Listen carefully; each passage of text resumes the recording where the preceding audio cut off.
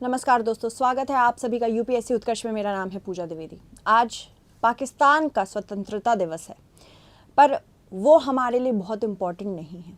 हमारे लिए इम्पोर्टेंस है इस बात की, स्वतंत्रता तो मिली जब ब्रिटिश शासन छूटा, भारत और पाकिस्तान दोनों बने, पर पाकिस्तान अपना स्वतंत्रता दिवस भारत के साथ साझा नहीं करना चाहता था। इस वजह से उसे 14 अगस्त का दिन चुना।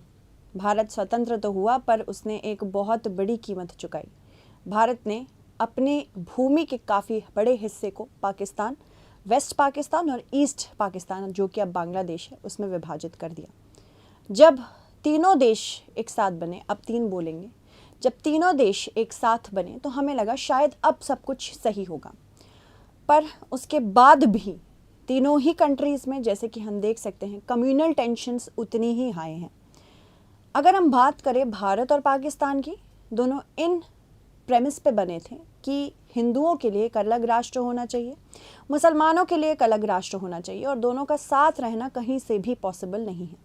कांग्रेस ने इस बात को कभी नहीं माना, साथ ही साथ कांग्रेस ने कभी इस प्रेशर को भी नहीं अपने ऊपर लिया।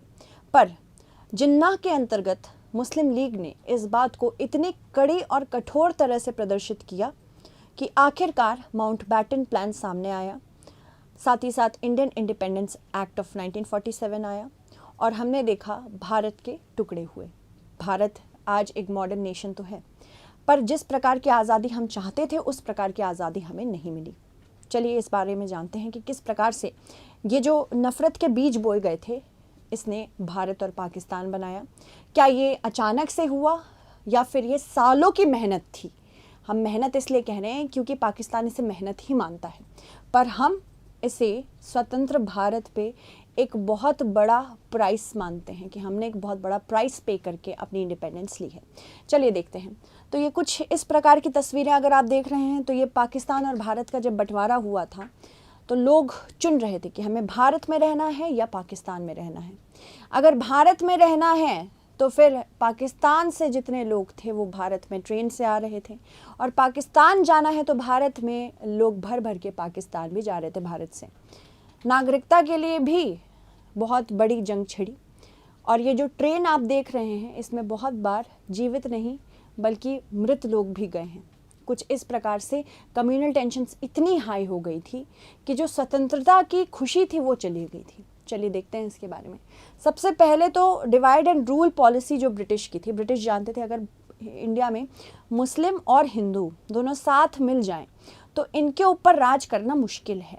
इसी वजह से उन्होंने एक रणनीति चुनी, फूट डालो और राज करो। तो ब्रिटिश की फूट डालो राज करो की जो नीति थी, अंग्रेजों ने भारत में राष्ट्रवादी आंदोलन को कमज़ोर करने के लिए इस नीति का इस्तेमाल किया था। इसके तहत कुछ उदाहरण निम्नलिखित है। सबसे पहले मुस्लिम लीग की स्थापना में इसका प्रायोजन किया गया। 1919 में पृथक निर्वाचन क्षेत्र की शुरुआत की गई। 1932 में सांप्रदायिक पंचायत की भी शुरुआत हुई। फिर द्वितीय विश्व युद्ध के दौरान लीग को निहित वोट प्रदान किए गए। कैबिनेट मिशन योजना में समूहीकरण के इसके विचार और मानदंड आदि। इसके अलावा भारत में सांप्रदायिकता का विकास भी हो रहा था। देखो, अगर हम बात करें 1857 के रिवोल्ट की, तो 1857 का रिवोल्ट भले ही प्रॉपरली सक्सेसफुल नहीं हो पाया था भारत को आज़ाद कराने में, पर एक चीज़ तो पता चल गई थी, भारत में हिंदू मुस्लिम यूनिटी बहुत चरम पे थी। हिंदू मुस्लिम यूनिटी यहाँ चरम पे थी। कुछ इस प्रकार से हिंदू मुस्लिम यूनिटी चरम पे थी कि ये बात अंग्रेज़ों ने भी भांप ली थी कि अगर हमने इस यूनिटी को बरकरार रखा तो कल बहुत ही जल्द हम इस देश से बाहर, इस क्षेत्र से बाहर हो जाएंगे। 19वीं सदी के अंत में भारत में सांप्रदायिकता का उदय हुआ और इसके कई कारण थे। दुर्भाग्य से इसका परिणाम धार्मिक आधार पर भारत के विभाजन के रूप में आया। एक तरह से अंडरस्टैंडिंग बनाने लगे लोग कि तुम अगर मुसलमान हो तो तुम्हारा सोसाइटी, तुम्हारी मॉरलिटी, तुम्हारा राष्ट्रवाद सब अलग है हिंदुओं से। सिमिलरली हिंदुओं में भी ये बोला गया, अगर तुम हिंदू हो तो तुम्हारा कल्चर, सोसाइटी, रिलीजन मतलब सब अलग है मुसलमानों से, और दोनों का गोल ही अलग है। इस वजह से दोनों साथ कभी नहीं रह सकते। और सबसे इम्पॉर्टेंट इसमें लॉर्ड कर्जन थे। लॉर्ड कर्जन ने ये इंश्योर किया कि from the very beginning when he came, Bengal का जो पार्टीशन था उन्होंने एक एम बना के रखा था कि बंगाल का पार्टीशन अगर हुआ तो ये जो हिंदू मुसलमान यूनिटी है ये बहुत ही जल्द ख़त्म हो जाएगी। भारत और पाकिस्तान को बनने से कोई नहीं रोक पाया उसके बाद। तो अगर हम बात करें 20 जुलाई 1905 को लॉर्ड कर्जन ने बंगाल के विभाजन का ऐलान किया। रविंद्रनाथ टैगोर ने इस फैसले के विरोध में अमर सोनार बांग्ला, जो कि नेशनल एंथम ऑफ बांग्लादेश है, वो लिखा। करीब 3 महीने बाद 16 अक्टूबर 1905 को बंगाल का विभाजन हो गया। बंगाल का विभाजन बोला तो गया था कि प्रशासनिक रणनीति के अंतर्गत किया जा रहा है। बंगाल बहुत बड़ा था, उसके प्रशासन में दिक्कतें आ रही थी सरकार को, इस वजह से बोला गया। पर यह भी समझने की बात है कि बंगाल एक एपिसेंटर था नेशनलिज्म का, राष्ट्रीयता का। वो एक ऐसा मुख्य और मूल क्षेत्र बन चुका था जहाँ से important formations, important objectives, important procedures निकल रहे थे। तो अगर राष्ट्रीयता को, नेशनलिज्म को हटाना था तो सबसे पहले बंगाल का विभाजन करना था और ये कहना था कि जो बंगाल में माइनॉरिटी मुस्लिम्स हैं उनको प्रॉपरली एक पॉलिटिकल आउटलेट देने के लिए एक अलग राज्य भी बनना चाहिए। कुछ मुसलमान इसके समर्थन में भी थे। उनको कहीं ना कहीं ऐसा लगा कि भले ही कोई सुने ना सुने पर अंग्रेज़ी सरकार हमारी बात ज़रूर सुन रही है, अंग्रेज़ी सरकार हमें हिंदुओं से बचा रही है। हिंदुओं को भी इसी प्रकार का कुछ लगा। तो इसकी शुरुआत एक प्रशासनिक उपाय के रूप में हुई, लेकिन यह जल्दी सरकार के लिए एक बड़े राजनीतिक लाभ के रूप में उतरा, क्योंकि इसका उद्देश्य बंगाल को हिंदू और मुस्लिम बहुल प्रांतों में विभाजित करना था। और मुस्लिम लीग का गठन हुआ उसके बाद 1906 में, जब लगा कि हाँ अब सरकार, शायद अंग्रेज़ी सरकार हिंदुओं और मुसलमानों को अलग अलग रूप से देख रही है, तो मुस्लिम लीग की शुरुआत हुई। मुस्लिम लीग की स्थापना 1906 में भारतीय राष्ट्रीय कांग्रेस के वैकल्पिक राजनीतिक समूह के रूप में की गई थी, जिसका उद्देश्य ज़्यादातर हिंदुओं से बने देश में भारतीय मुसलमानों के हितों का प्रतिनिधित्व करना था। अखिल भारतीय मुस्लिम लीग के गठन में उच्च वर्ग के मुस्लिम अभिजात वर्ग के लोग शामिल थे, जैसे आगा खान, ढाका के नवाब और नवाब मोहसिन उल मुल्क। इसके अलावा काउंसिल ऑफ इंडिया एक्ट 1909 में इसको और तेजी से सॉलिडिफाई किया कि मुस्लिम्स और हिंदूज दोनों अलग पॉलिटिकल क्लास हैं, अलग ही रूप से उनको राजनीति के लिए प्रयोग में लाया गया। तो यहाँ पे अगर आप देख रहे हैं जिस प्रकार से विभाजन हुआ है, आज भी कम्युनल टेंशन्स इतनी हाई क्यों हैं? क्योंकि हमारी एक डीप रूटेड हिस्ट्री है। इसका नाम, अगर बात करें पृथक निर्वाचन मंडल 1909 में, इसका नाम भारत के राज्य सचिव जॉन मोरले और साथ ही साथ भारत के वाइसरॉय चौथे अर्ल ऑफ मिंटो के नाम से रखा गया था। ठीक है, मॉर्ली मिंटो रिफॉर्म जिनको हम कहते हैं। मॉर्ली मिंटो सुधारों के ने विधायी निकायों में पृथक निर्वाचन मंडल की शुरुआत की, जो सांप्रदायिकता के इतिहास में एक महत्वपूर्ण घटना थी। लखनऊ समझौता हुआ 1916 में। इसमें भारतीय राष्ट्रीय कांग्रेस और अखिल भारतीय मुस्लिम लीग के बीच दिसंबर 1916 में लखनऊ में हस्ताक्षरित समझौता किया गया। दोनों दलों की वार्षिक बैठकों में युद्ध के बाद भारत के स्वशासन की आकांक्षाओं, विशेष रूप से सहमत राजनीतिक आदर्शों के स्पष्ट करने का निर्णय लिया गया।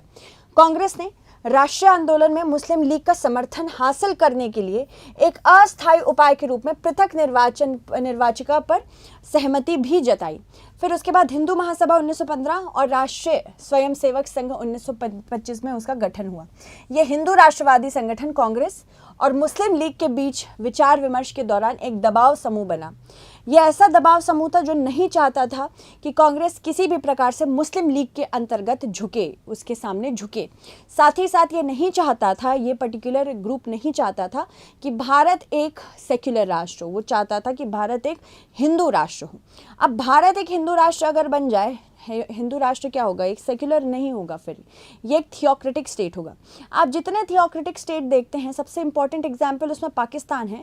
आप जितने थियोक्रेटिक स्टेट देखेंगे उतना आपको विभाजन ज़्यादा मिलेगा, साथ ही साथ इसमें माइनॉरिटी ग्रुप्स का हनन होता रहेगा।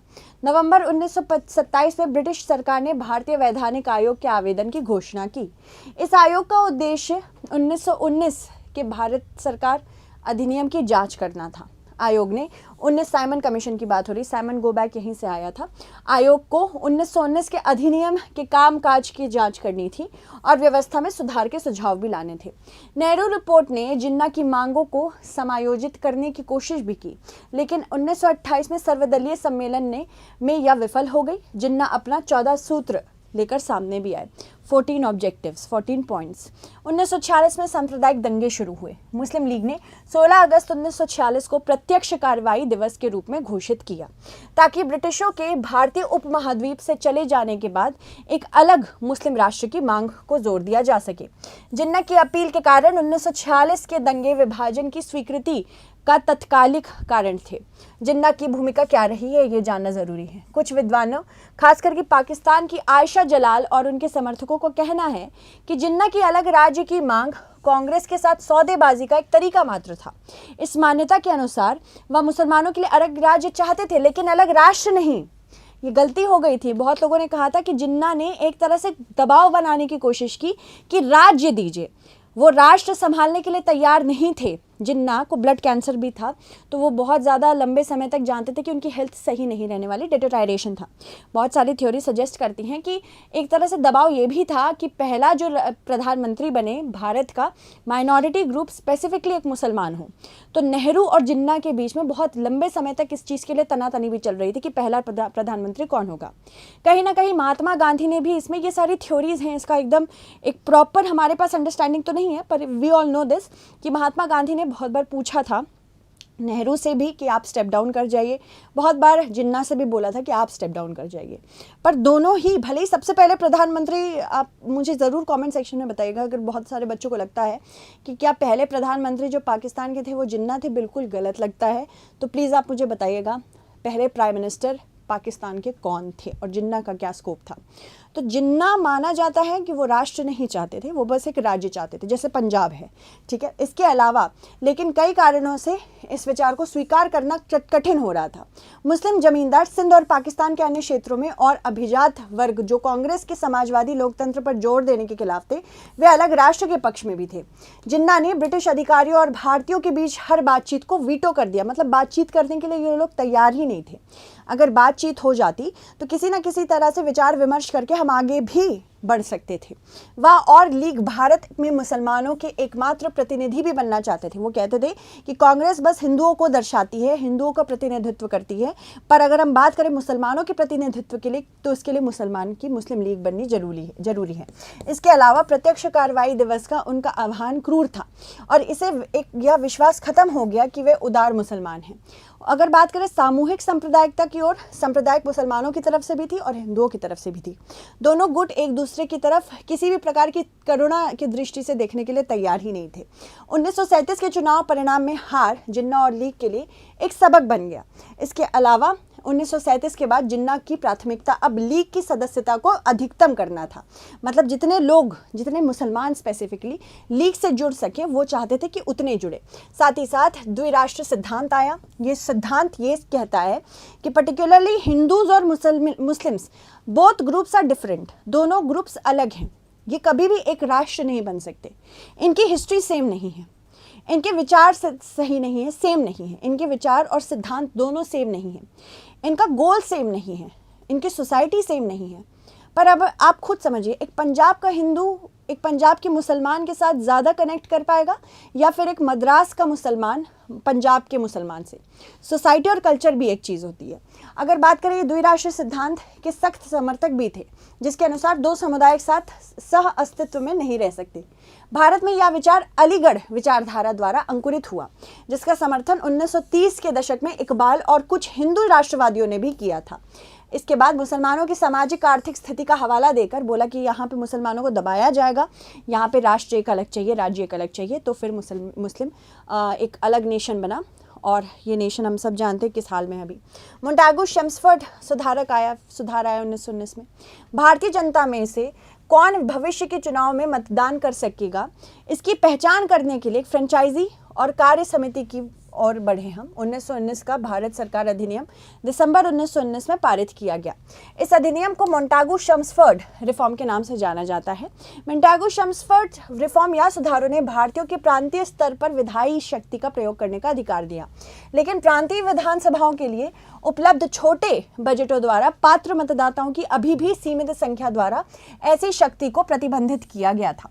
यह सुधार ब्रिटिश शासन के तहत भारतीयों को स्वायत्तता का बेहतर दायरा देने की दिशा में कदम बढ़ा, लेकिन हर वर्ग के राष्ट्रवादियों ने महसूस किया कि यह पर्याप्त बिल्कुल नहीं था और यह उन प्रांतीय मुसलमानों की शक्ति को समायोजित करने में विफल रहा, जो जहाँ पे वह बहुसंख्या में थे।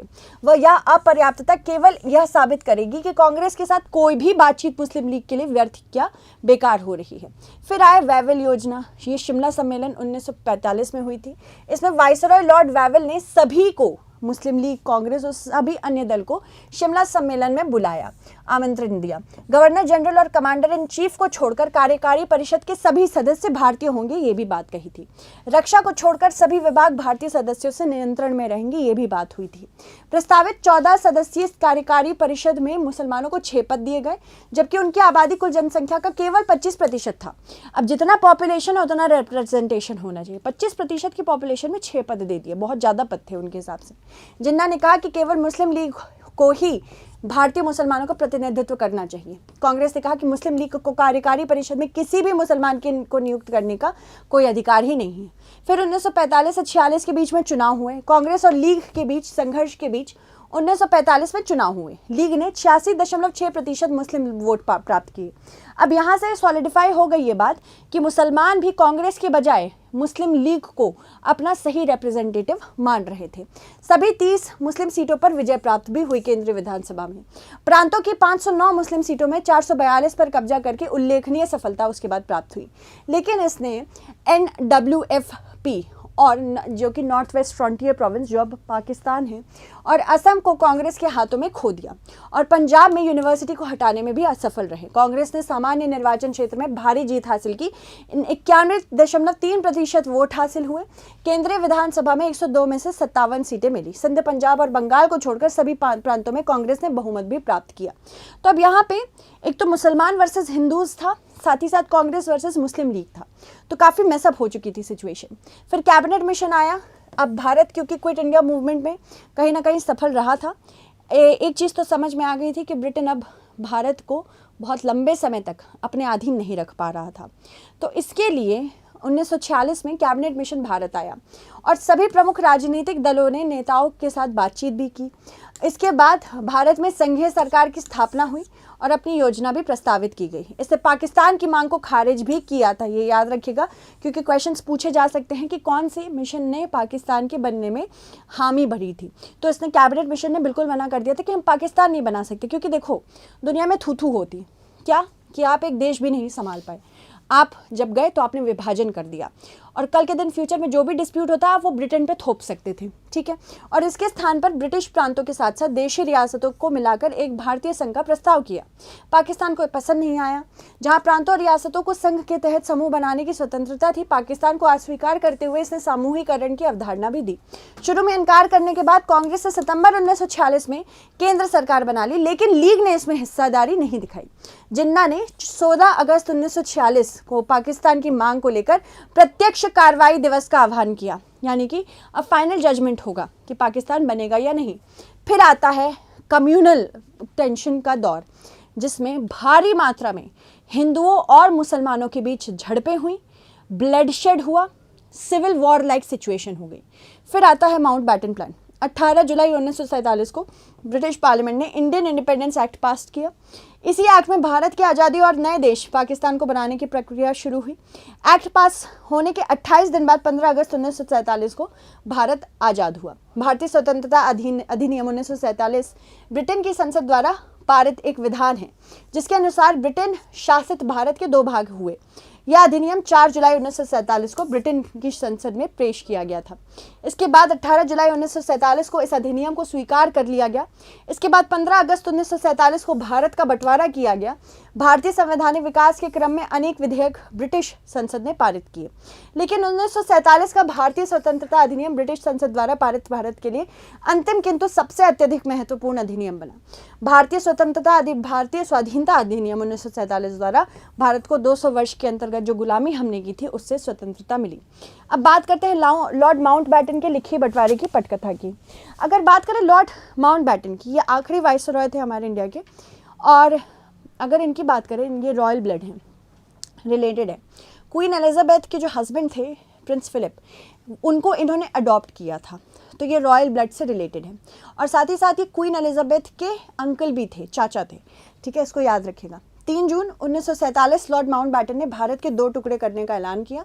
रियासतों को आज़ाद रहने का विकल्प दिया गया, मतलब जो प्रिंसली स्टेट्स थे उनके पास पूरी आज़ादी थी कि वो या तो भारत के साथ रह सकते थे तो भारत के साथ रहें, पाकिस्तान के साथ रहना चाहते थे तो पाकिस्तान के साथ रहें, स्वतंत्र रहना चाहते थे तो स्वतंत्र भी रहना उनको बिल्कुल ओपन था।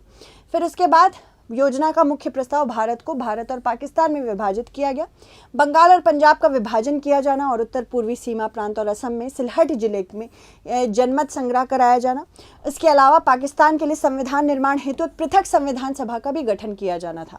रियासतों को छूट होगी कि या तो भारत में रहें या पाकिस्तान में रहें या स्वतंत्र रहें। सत्ता हस्तांतरण के लिए 15 अगस्त 1947 का दिन तय किया गया।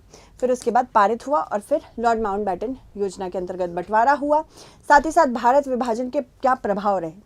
देखो, भारत में विभाजन के परिणाम स्वरूप मानव इतिहास में सबसे बड़ा सामूहिक पलायन हुआ, यानी कि पूरी हिस्ट्री में इससे बड़ा माइग्रेशन कभी नहीं देखा गया था। लाखों हिंदू सिख पाकिस्तान से भागकर भारत आए और लाखों मुसलमान भारत से भागकर पाकिस्तान गए। इस प्रवास के दौरान हिंसा, रक्तपात हुआ तथा दोनों पक्षों ने एक दूसरे के विरुद्ध अत्याचार किया। हिंसा और विस्थापन ने आघात और असुरक्षा की भावना भी पैदा की, जो आज भी भारतीय समाज को प्रभावित करती है। भारत के विभाजन के परिणाम स्वरूप 2 अलग राष्ट्र बने। विभाजन के साथ ही लाखों लोगों को हिंसक तरीके से विस्थापित होना पड़ा और उस हिंसा की जो विरासत थी दोनों देशों के बीच राजनीतिक संबंधों को आज भी प्रभावित करती है। इसके अलावा अगर धर्मनिरपेक्ष और ईश्वरीय राज्य की बात करें, यानी सेक्युलर और थियोक्रेटिक स्टेट क्या होते हैं, हम सेक्युलर है, पाकिस्तान थियोक्रेटिक है। धर्मनिरपेक्ष और ईश्वरीय राज्य 2 अलग अलग अवधारणाएं हैं जो एक राज्य के गठन और उसके निर्णय लेने के तरीके को परिभाषित करती है। धर्मनिरपेक्ष राज्य वह है जहां सरकार किसी भी धर्म को अन्य धर्मों के ऊपर नहीं रखती है, ना ही किसी विशेष धर्म के साथ अपना संबंध बनाती है। धर्मनिरपेक्षता का उद्देश्य नागरिकों को अपने धर्म को मानने और अभ्यास करने की स्वतंत्रता तो प्रदान करना है ही, साथ ही साथ वे किसी भी धर्म से संबंधित हो, इससे भी कोई मैटर नहीं होता। धर्मनिरपेक्ष राज्य में नागरिकों और उनके धर्म के आधार पर भेदभाव का सामना नहीं करना पड़ता। सरकार को सभी नागरिकों के लिए समान अधिकार और अवसर प्रदान करना होता है। ईश्वरीय राज्य की बात करें, यानी थियोक्रेटिक राज्य की बात करें, तो ये एक ईश्वरीय राज्य वह है जहां सरकार और राज्य का कार्य पूरी तरह से एक विशिष्ट धर्म या ईश्वरीय मान्यताओं पर आधारित होता है। सरकार की नीतियां और निर्णय अक्सर धर्म के मूल्यों और आदर्शों से प्रभावित होती हैं।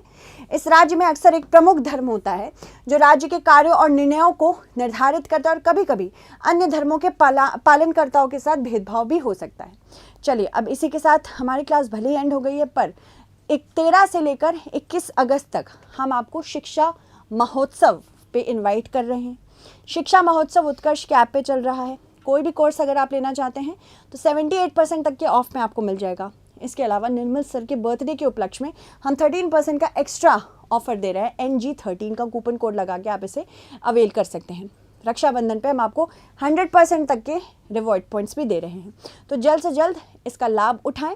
और हाँ, याद रखें कि ये ऑफ़र सिर्फ और सिर्फ 21 अगस्त तक ही रहेगा, माफ़ कीजिएगा। तो thank you so much everyone, stay updated.